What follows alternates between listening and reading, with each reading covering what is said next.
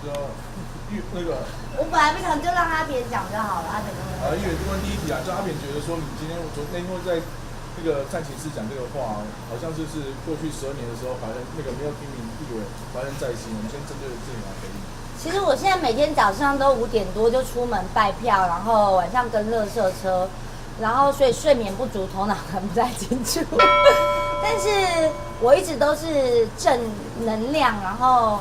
乐观开朗的面对世界，所以我不会怀恨在心。那当年的那些点点滴滴都是我人生宝贵的经验，所以我也很感谢阿扁总统那时候给我人生这样子的一个磨练。那时候的经历对我而言，其实不是一个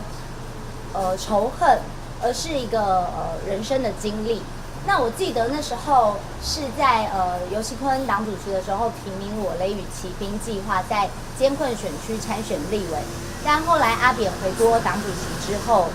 决定要换成罗文嘉参选。那当时对我而言其实是很意外，突然被换掉，那完全没有经过一个程序，所以当时我的想法是想直接去找陈水扁总统来沟通，了解为什么要换人。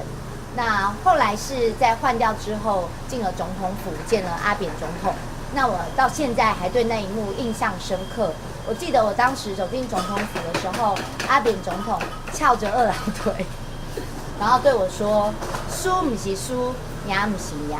所以我到现在还一直把这段话记在心里。所以我是很感谢阿扁总统给我人生这么一段宝贵的经历，然后让我一直铭记在心，但绝对不会是仇恨。所以你觉得真的阿扁应该关回去吗？其实我并不是说阿扁应该关回去啦，只是当时主持人说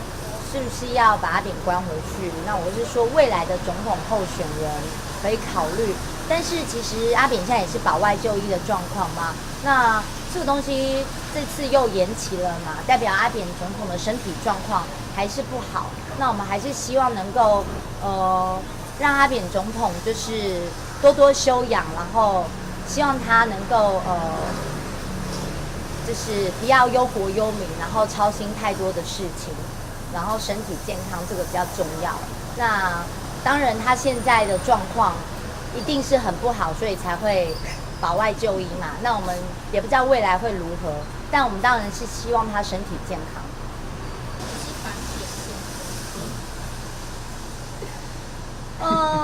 因为阿扁总统是我法律系的学长，所以我相信我们都很敬佩他，不管是他的智慧、他的成就、他的聪明才智，还有他的口才，到现在记忆力还是非常的好。所以就这点而言，我相信我们都希望他身体健康，然后这个继续维持他的这个好心情，然后也希望这个阿扁总统就是能够了解说，我们对他其实没有任何的仇恨或是主观上的不满，也不是为了反扁而反扁，我们从来没有这样子的想法。但是我们就是一直是坚持做我们自己，然后说我们觉得该说的事情这样子。